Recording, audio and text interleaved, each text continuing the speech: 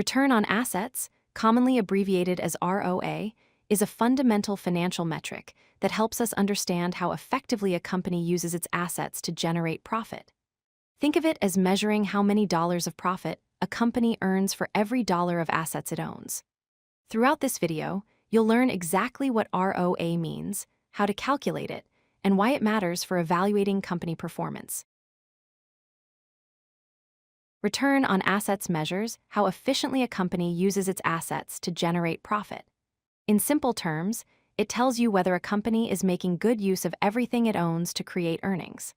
A company with high efficiency will squeeze more profit out of its assets, while a company with low efficiency might be wasting resources or not utilizing its assets effectively. This metric is crucial for comparing how well different companies manage their resources. The formula for calculating return on assets is straightforward. You take net income and divide it by total assets, then multiply the result by 100 to express it as a percentage.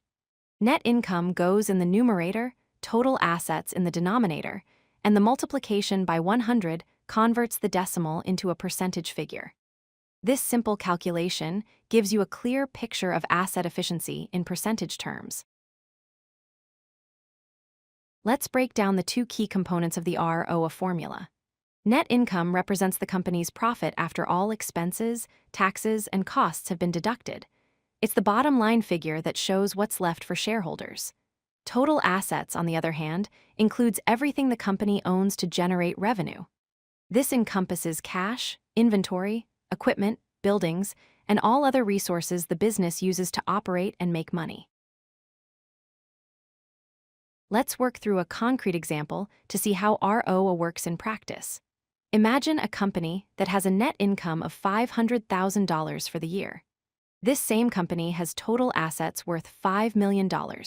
These are the two numbers we need to calculate return on assets. Now let's plug these values into our formula to see what the company's ROA percentage is.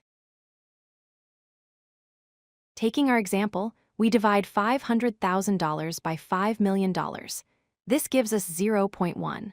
When we multiply 0.1 by 100, we get 10%. So this company has a return on assets of 10%. This means that for every dollar of assets the company owns, it generates 10 cents in profit. That's a concrete way to understand how efficiently the company is using its resources. Understanding what ROA numbers mean is essential for financial analysis. A higher ROA indicates better asset efficiency and profitability. It means the company is doing an excellent job of converting its assets into earnings. Conversely, a lower ROA suggests that assets are not generating optimal returns. This could signal inefficiency, poor management, or that the company is carrying too many unproductive assets on its balance sheet. Let's recap the most important points about return on assets. First, ROA measures profit generated per dollar of assets, giving you a clear efficiency metric. Second, a higher ROA indicates better asset efficiency and stronger financial performance. Third, always compare ROA across similar companies and within the same industry, because asset intensity varies significantly between different types of businesses. Understanding ROA gives you powerful insight into how well companies manage their resources.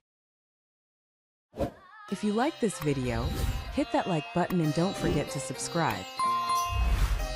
Visit codelucky.com for more such useful content.